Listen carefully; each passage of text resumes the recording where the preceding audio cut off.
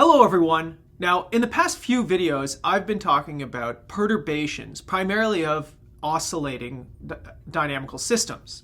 Now, in particular, the last video we were introduced to averaging, a very powerful technique that we saw applies in parts of dynamical systems where things like regular perturbation theory and multiple scales analysis cannot. Now, what I would like to do in this video is give you a demonstration of where we can use averaging. And in particular, what we're going to focus on is a famous example from mechanics. So here's what I want to do. I want to look at second order differential equations. Okay, so again, these are sort of mechanical systems.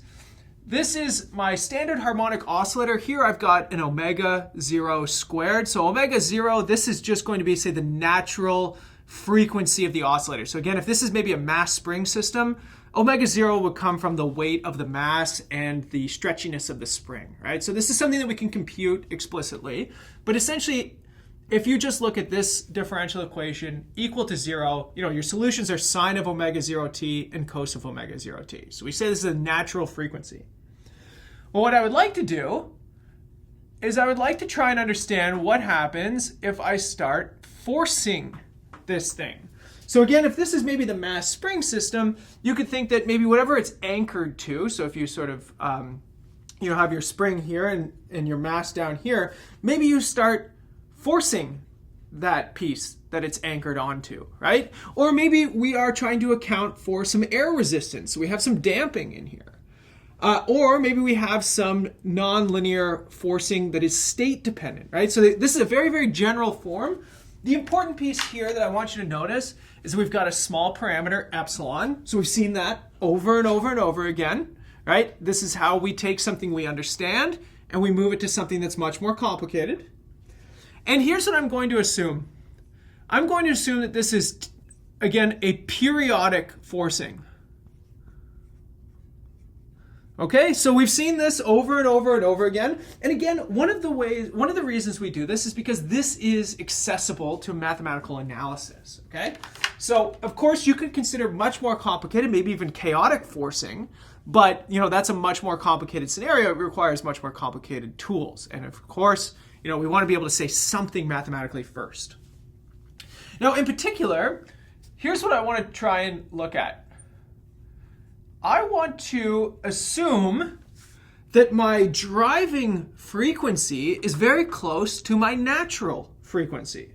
So remember, the driving frequency, I'm going to call it just omega. This is 2 pi over the period. Again, period frequency, right? And I'm going to assume that this is close to omega 0. So what does this mean? It means that we're close to resonance. Actually, it doesn't even have to be omega 0. Let's make it a multiple of omega 0. So I'm going to say k times omega 0, where k is some natural number, right? 1, 2, 3. And so essentially what this is saying is that you are driving this harmonic oscillator very close to its own natural frequency. How would you intuit this? Well, again, let's think about a swing, for example. Okay, so somebody's swinging on a swing. Now, one way that I can make them go higher on that swing is whenever they come up, I grab them just as they're coming up and I throw them forward. That means that I am synchronizing my throws with their frequency. I'm not grabbing them when they're on the ground and trying to push them forward. I'm not grabbing them when they're at some intermediate point. I am grabbing them right whenever they hit the top of their oscillation. And I am synchronizing my pushing with their swinging. That's how you get somebody to go higher on a swing, when you come close to a resonance. Now, for example, the K in here, that would be maybe pushing them every 2 swings. So they come up, they go down, they come up, I push them. They come up, they come down, they come up, I push them. That's all that this is saying, okay? So I am somehow synchronizing these two things together. Now, resonance is an extremely common phenomenon. This is, in one case, what makes music sound good, right? So everybody's sort of syncopating. So the question is, how do we actually understand this system? Well, we could follow, as in the Vanderpool oscillator from the previous video, with our application of averaging to the Vanderpool oscillator. And here's what I'm going to do. I'm going to introduce new coordinates, say u and v, which are going to be, so if you remember what we did, or maybe you'll have to remind yourself for Vanderpool, we moved ourselves to a rotating coordinate frame. In this case, I'm going to move in this way. So minus k over omega sine of omega t, and let's look at this, minus sine of omega t over k, and minus k over omega cos of omega t, and then times x and x dot. Okay, so I'm moving to a new coordinate frame, u and v, which is rotating, and look what it's rotating with. If you divide the k off here, it's rotating at almost the natural frequency omega. Okay, so again, go back and look at what we did for the Vanderpool oscillator. It's very, very, very similar. This is an invertible matrix. You can easily compute the inverse. It's a 2x2 matrix. It's invertible for every time.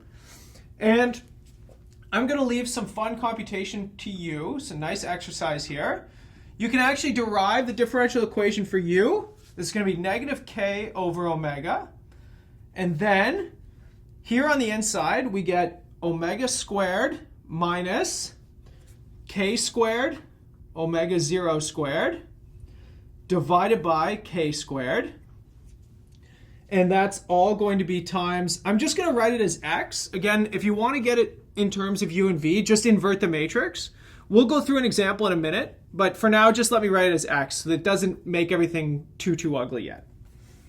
And then plus epsilon f of x dot t. Again, x and x dot in here, but you can get u and v if you want. It just makes things really ugly.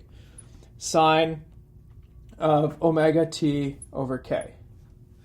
And similarly, v dot, basically the same thing. In this case, minus k over omega.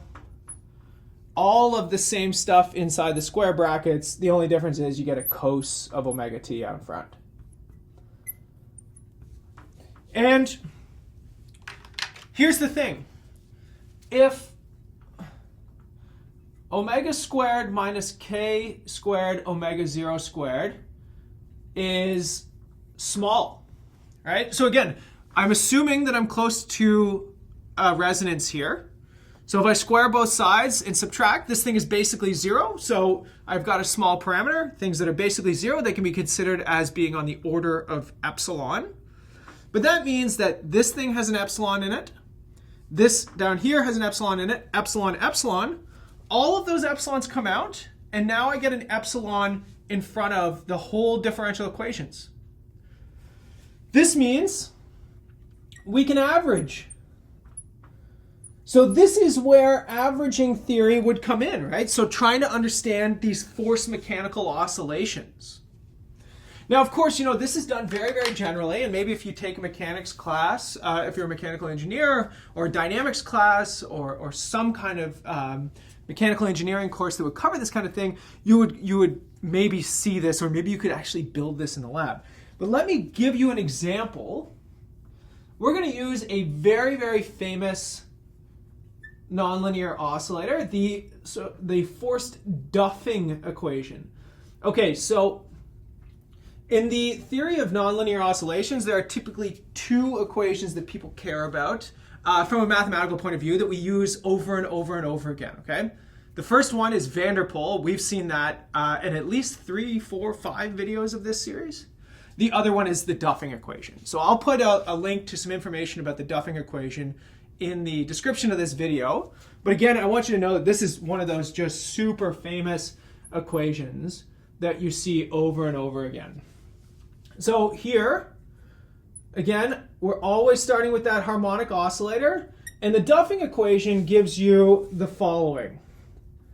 Okay, so let's say that we've got some gamma times cos of omega t, so a sinusoidal forcing. Again, here we're just going to say exactly what this F term is. So imagine you have a cosine forcing on this thing. Then you've got some damping, maybe this is air resistance or something like that. And finally, you have a nonlinear restoring force, this cubic restoring force, which I'm going to use gamma, delta, and alpha as just arbitrary constants here, okay? They just say how much is being accounted for in this equation. But the most important part of this is that we assume, well, what do we assume? We assume that omega squared minus, omega 0 squared minus omega squared is, let's say, epsilon times capital omega, okay? So for capital omega being a real number. Okay, so essentially we're using epsilon to measure the distance or the difference between these two frequencies. The natural frequency that this mass spring wants to oscillate at, and then the frequency that I'm forcing it at, okay? So again, if you think about my swing example, this is the natural swinging of the swing, and this is me trying to push that swing from behind, okay? So, what can we do? Well, we could follow all of this, right? I've got equations. Now I just need to plug in the right things. So here, I'm going to save you the headache. I'm going to tell you what the answer is. In my case, k is equal to 1. So here's what everything turns out to be. Epsilon over omega. So I got an epsilon from this, and I have an epsilon from this. Epsilon here, here, epsilon here, here. Okay?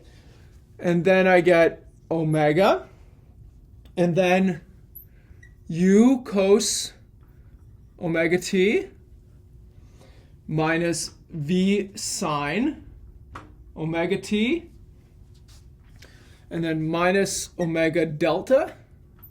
And now I need to plug in x dot. So this is u sine of omega t, and then plus v cos of omega t. So what I'm doing is I'm filling in everything in the square brackets, right? I'm putting in this f term based on what I have down here. And then plus alpha.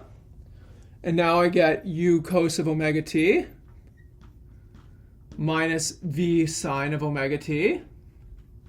Okay, so lots of ugly brackets, but very manageable.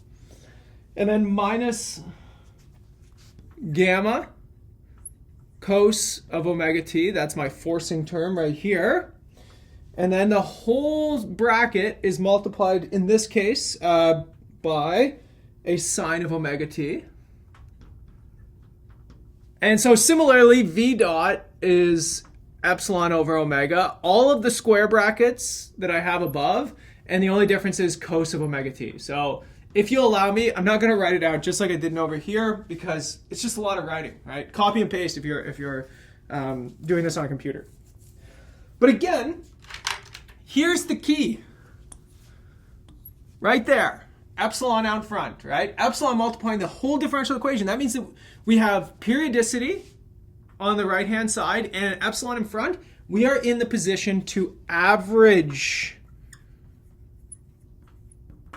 We can apply the averaging theory, right? So all we're going to do is we're going to integrate the right-hand side with respect to t over one period. That's over 2 pi, from 0 to 2 pi over omega.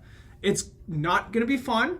You're going to have to do all kinds of expansions. Pardon me, there should be a cubed up here as well, right? So it's lots of trigonometric functions. Most of them disappear. That's the beauty of this. So here's what we get. For the averaged equations, I'm going to use u and v again. I get epsilon over 2 omega. And now take a look at this. There's not going to be any t dependence yet. I get minus omega delta u minus capital omega v minus 3 alpha over 4 u squared plus v squared, and then all times v. Similarly, my v dot equation, epsilon over 2 omega, and now I get capital omega u minus omega delta v, and then minus 3 alpha over 4 u squared plus v squared u. Now I know that this looks truly horrible, but it's actually pretty close to the normal form of a Hopf bifurcation, right? So it kind of is getting very, very close. And for that reason, we could actually move ourselves to polar coordinates to better analyze this thing. So a nice technique that we've picked up along the way here for analyzing planar dynamical systems.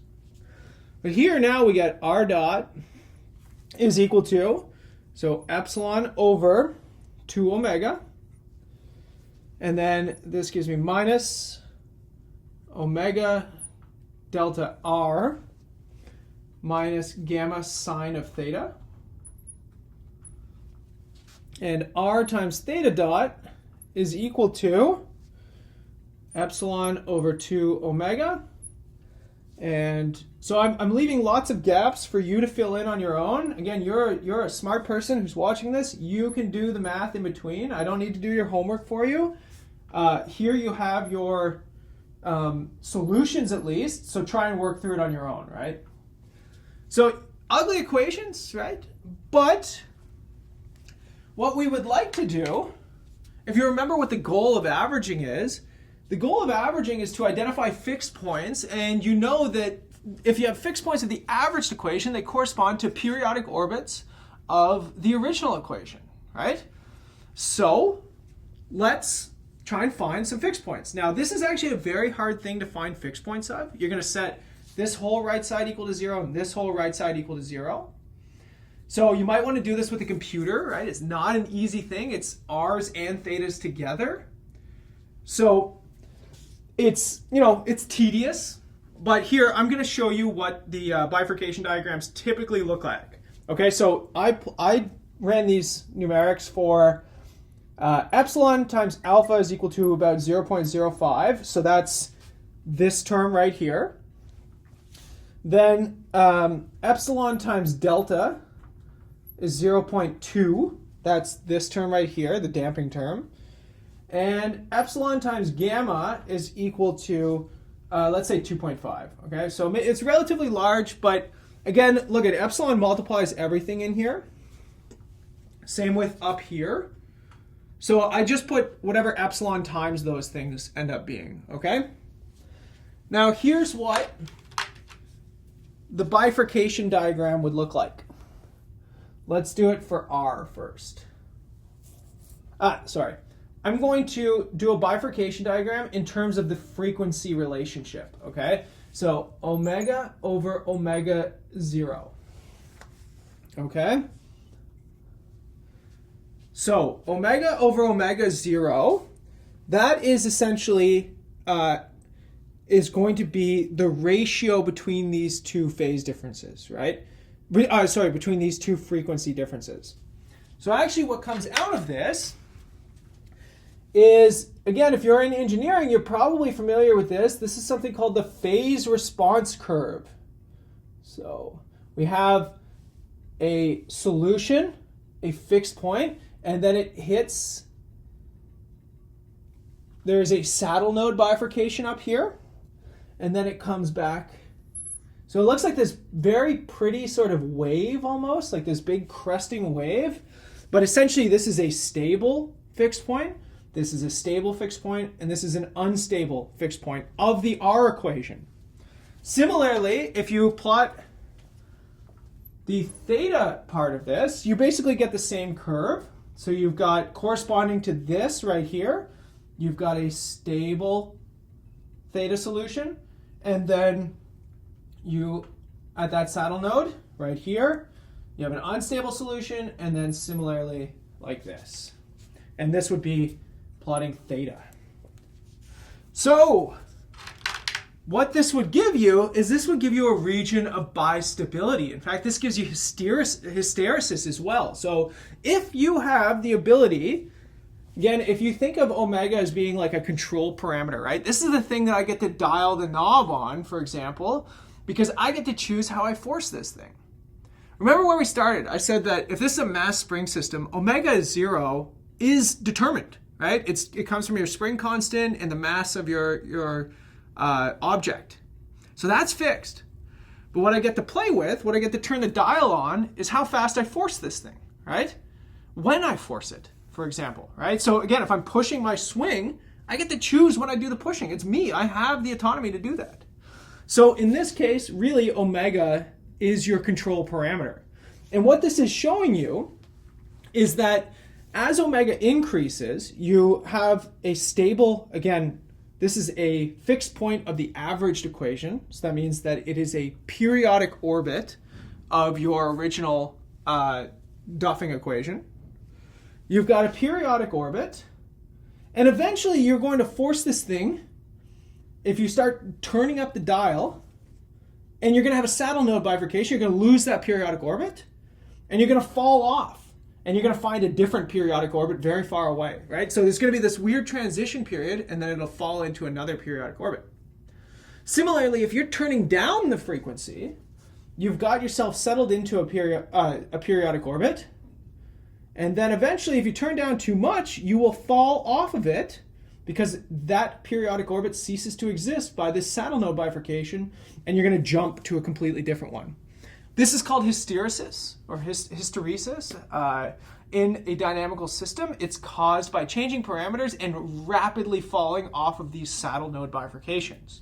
But again, what I really want you to see here is this beautiful application of averaging, right? I took a well-known Duffing equation and I looked at this mechanical system. I said, what would happen if I start forcing it with certain frequencies? And now we can see that it has these regions of bistability, these extremely complicated bifurcation diagrams, some fun, nice planar dynamical systems to sketch out and try and apply all of the methods that we have learned over the course of this lecture series. Now, when we come back in the next video, I'm going to keep talking about limit cycles. But in this case, I'm going to talk about bifurcations of limit cycles. So I'll see you all in the next video, everybody.